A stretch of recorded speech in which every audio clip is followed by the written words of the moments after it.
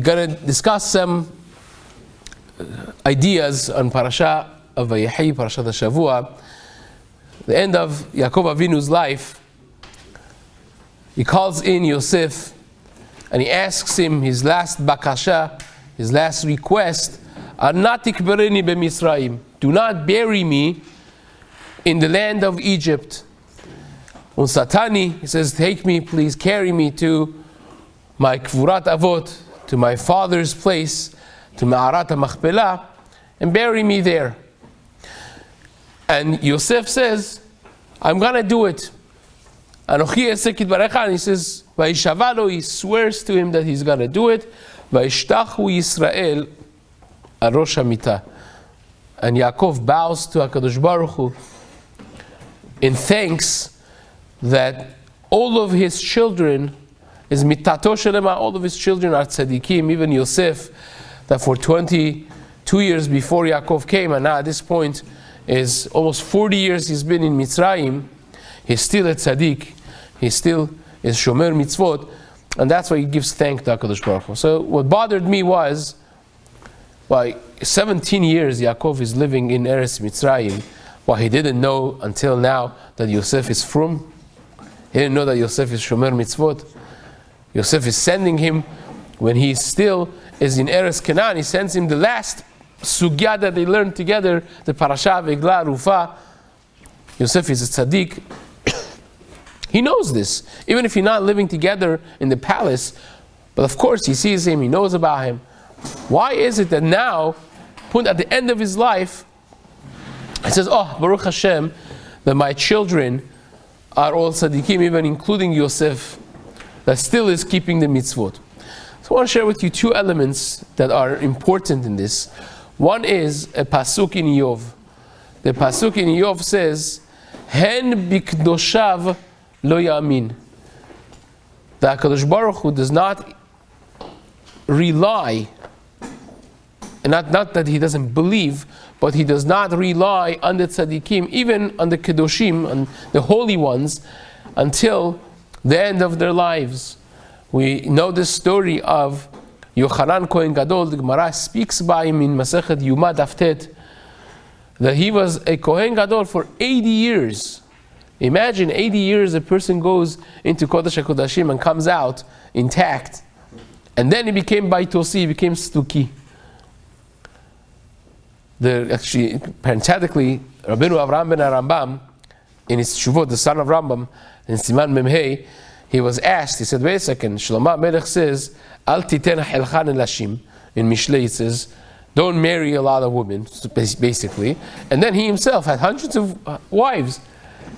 How does that work? So, had it not been because of Rabbeinu Avraham ben Arambam, I would say, well, he wrote Mishlei as a middle age, so he perhaps was already married, and that's why he's telling you this. But Rabbeinu Avraham ben Arambam says, he says, this is what it says, Hem b'kedushav lo yamin. Because you see, Shlomo Melech, at some point, he intellectually believed in, but he fell. He made a mistake. Hem b'kedushav lo yamin. The Gemara says in Masechet Chagiga Daf Hey, whenever Rabbi Yochanan would get to this pasuk, that person cannot trust themselves until the end of their life, he would cry. He would say, if Hashem doesn't even believe and trust his kedoshim, his holy ones, then who does he trust? But the truth is, there is no trust. So long as a person is alive, there is a fight going on. Every moment of it is a fight.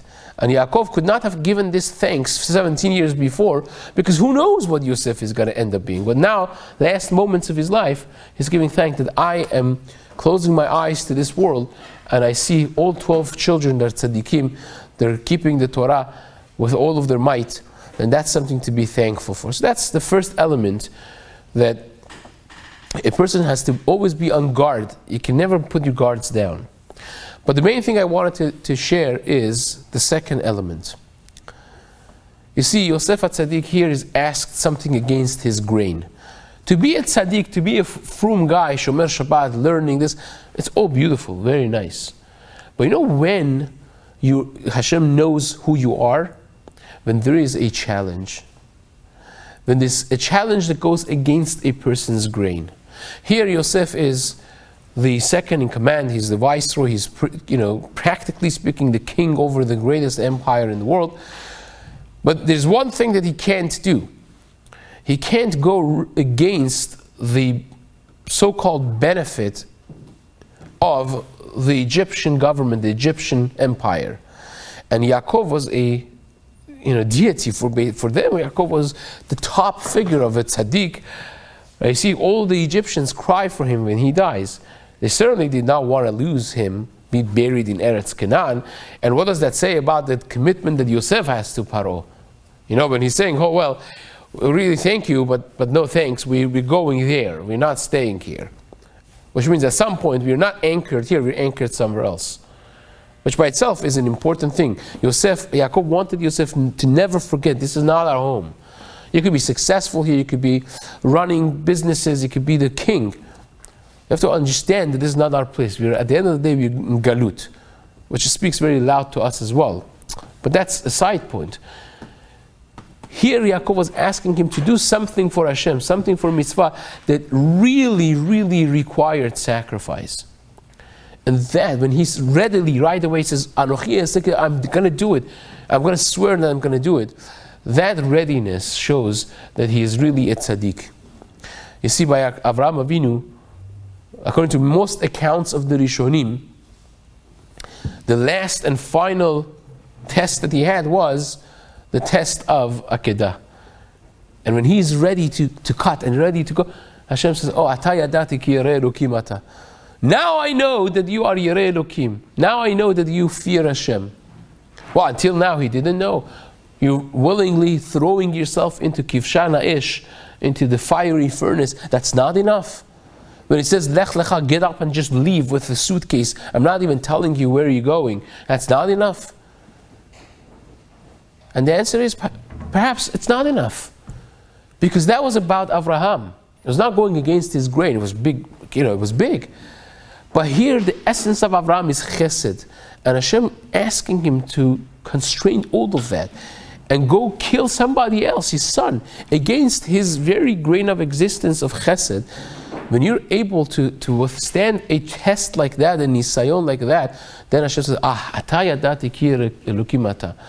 Oftentimes we have this, we're keeping the mitzvot, all those, but when do we really tap ourselves in the back, say, okay, I know now that I'm dedicated, is when we're put in those situations that we really don't want to do something. It goes against our grain.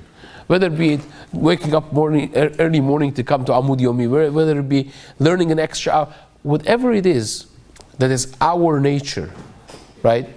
And we're going against it to keep the Torah. That is really the moment, the aha moment that Hashem says, oh, this guy is mine. Zeh sheli.